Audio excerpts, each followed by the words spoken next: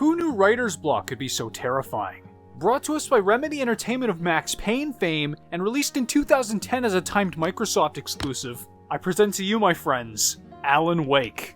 This game tells the story of a burned-out crime fiction author named, well, his government designation's on the packaging, as he goes on a vacation with his wife to cool his head off up in rural Washington. Now, thankfully, cabin fever doesn't seem to drive Alan to go all here's Johnny, but that's all thanks to a car accident they get into before even arriving in Bright Falls, to which Alan wakes up with his wife missing, and goes on to live out the events of a thriller novel he hasn't even written yet. All work and no play makes Jack a dull boy, eh? Now, this game's really creative, especially when it comes to how it progresses the story with a day system kind of like Majora's Mask that's split up into two segments, right? The days are more investigative and peaceful, the nights are much more survival horror where you have to fight off shadow creatures with your flashlight, which all add up and culminate in episodic chapters. While it's contentious to call Alan Wake a straight-up horror game, it's definitely earned its right to get a beer with Silent Hill. Now, thankfully, this is one of those games that's actually become way more readily available over time, even as a physical copy in its original form. So, I recommend picking this game up if you want to ask yourself,